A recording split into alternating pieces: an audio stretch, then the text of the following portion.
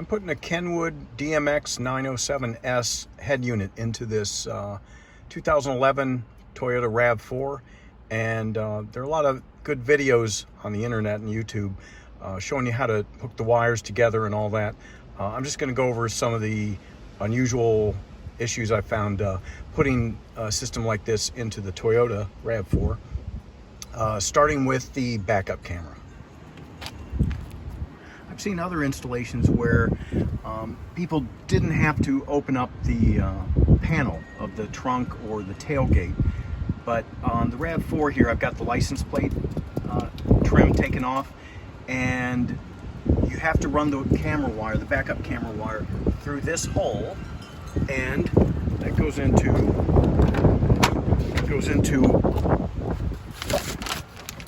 this hole down there, and through this grommet. You have to run the camera cable through that grommet. So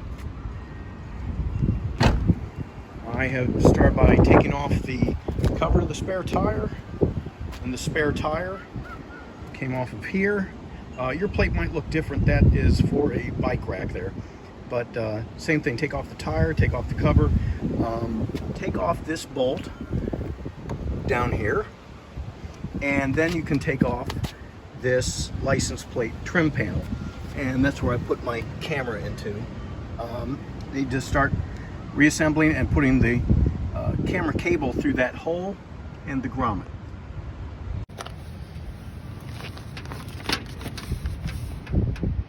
I've put the camera cable through the hole, and there's the grommet.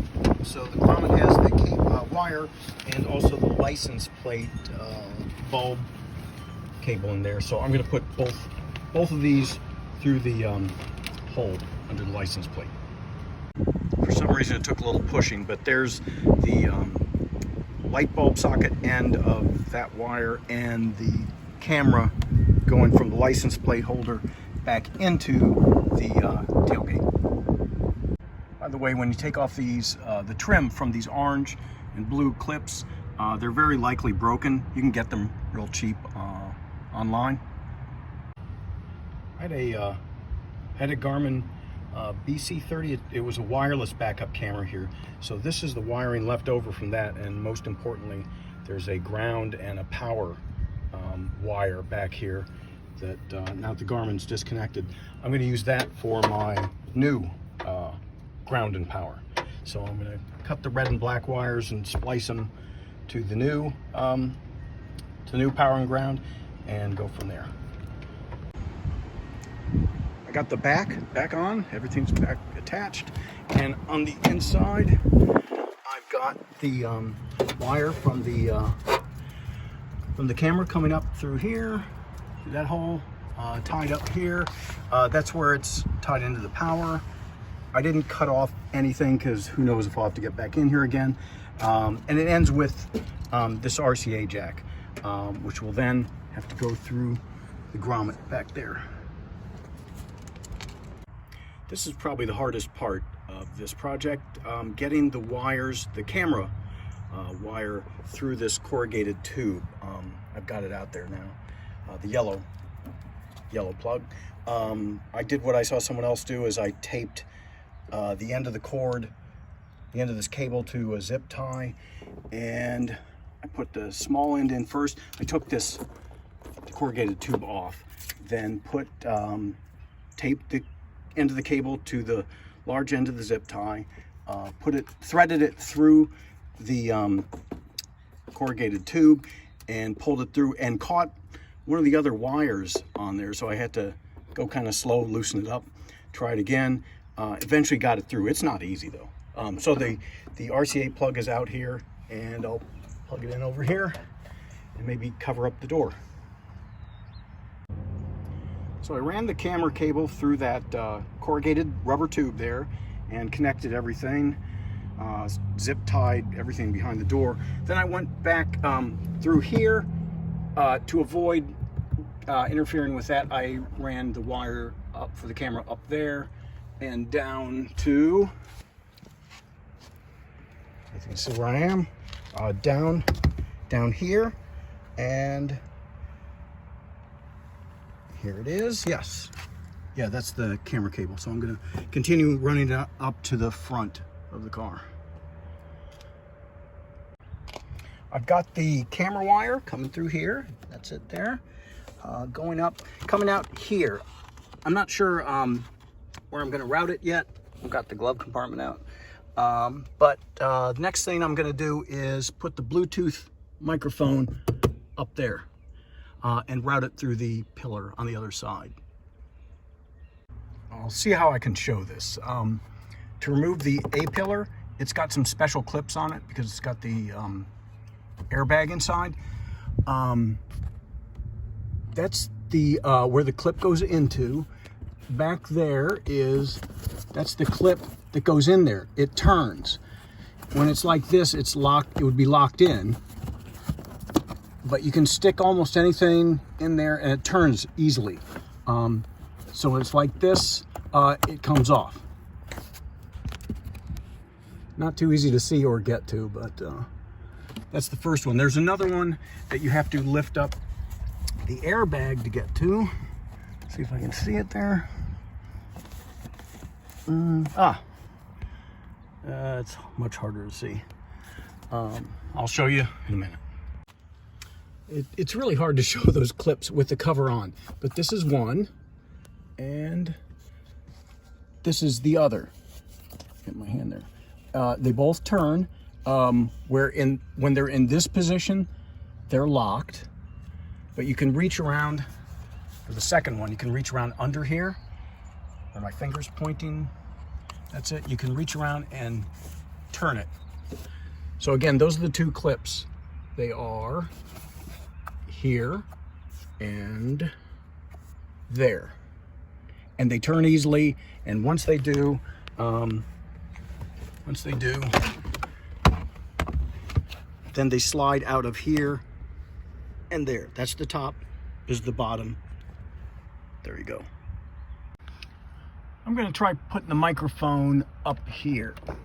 I don't think it'll interfere with the visor, and I can turn it, so that's what I'm going to try. I've decided that this is not going to fit real well here. I'm afraid it's going to get pinched by the light assembly when it goes back up. There, so I'm going to put it up there instead. Yeah, I decided that's where I'm going to put the Bluetooth microphone, and then I'll run the cord up there and down along this corrugated tube, down into the dashboard, and then I'm going to be taking out the speedometer so I can run some wires through there, and then it will be at the new radio. I'm going to run the Bluetooth microphone wire behind the speedometer, but I also have to connect the OBD connector down there and probably run that behind the speedometer. But also there's a GPS receiver, and I would like to put it back here also. So I'm going to take off the speedometer. I know the trim comes off with one hand. That's pretty easy. And then there's just a couple of screws up there. So I'm going to start that. I remember now what the tricky part is. This trim comes off real easily, but you have to take off this shell. It's a piece on top and a piece on bottom. And as I recall, you can separate it starting back there, but you kind of have to pull to get it apart here. So I'm going to do that next. I remembered. You have to, get my screwdriver here. You have to poke with the screwdriver into that slot there, and then this comes up. It's covered up on this side by the steering wheel, but I think I can separate it anyway. All right, there it is. There's the bezel for the speedometer, and it's got like a hood, and then there's this shell. That's the top part, that's the bottom part, and now I can get in there and take out the speedometer. And already that gives me some good access to down below the dashboard. So I'll be making use of that space. Okay, I got the speedometer out. I saw somewhere in a Toyota instructions for putting in a GPS system. Let's see if we can see that better. That area I've got lit up right there, that's a good place to put the GPS antenna. There's nothing but plastic above it, so it's fine. That's what I'm going to try to do. I've made a pretty good mess here, but no disasters really. These two wires, but this one right here is the OBD connector, and it's connected down there, comes up through this cable, and I have it joining here, inside here, with the Bluetooth microphone, and I have them bundled up in here. Then there's a GPS that I put, let's see, that's it. That's the GPS, and I have it also with a mess of tape there, and it goes through another wire loom, and they come out here. This is the OBD, the Bluetooth microphone. This is a really long cable for the GPS. I'll have to trim it down, but I'm almost ready to bring the radio out. I've got an iDatalink Maestro to put in here behind the radio. I'd been thinking about putting it on that tube back there, but there's not that much room. I took out the, or pulled out the heating cooling controls, and it looks to me like there's a big space back here that I could use for the Maestro. So I think that's what I'm gonna do. Oh yes, it worked the first time. Everything worked. The backup camera, Bluetooth microphone, GPS, got all the parts back into the car. It's all back here. Got my little plug in there for USB. Perfect. First time, perfect. There's one thing that I really didn't like about this whole install kit, and that was the Metra faceplate there. The original faceplate takes a lot of force to pull off. This one I can pull off with my little finger. There, off. It doesn't seem to fit just like the original trim plate at all. This thing comes right off, no trouble. This is the original trim plate from the Toyota radio, and I'll put up the Metra plate, and you can see it's missing some of the clips. The Toyota has this one in the center, and I have that on the Metra, but it's also got this clip, that clip, that are not on here. These clips are not nearly as tight as the Toyota. And then here it is turned upside down. You can see there are the two Toyota clips there, the two Metra clips there, but the sides are quite different. This one has a channel to lock it into place with the other trim. The Metra does not. Once you get everything put together though, the Kenwood works great. I'll go ahead and start it up here. I don't know, it takes like 15 seconds or so, and starts up CarPlay and starts playing whatever song I was playing in Spotify last.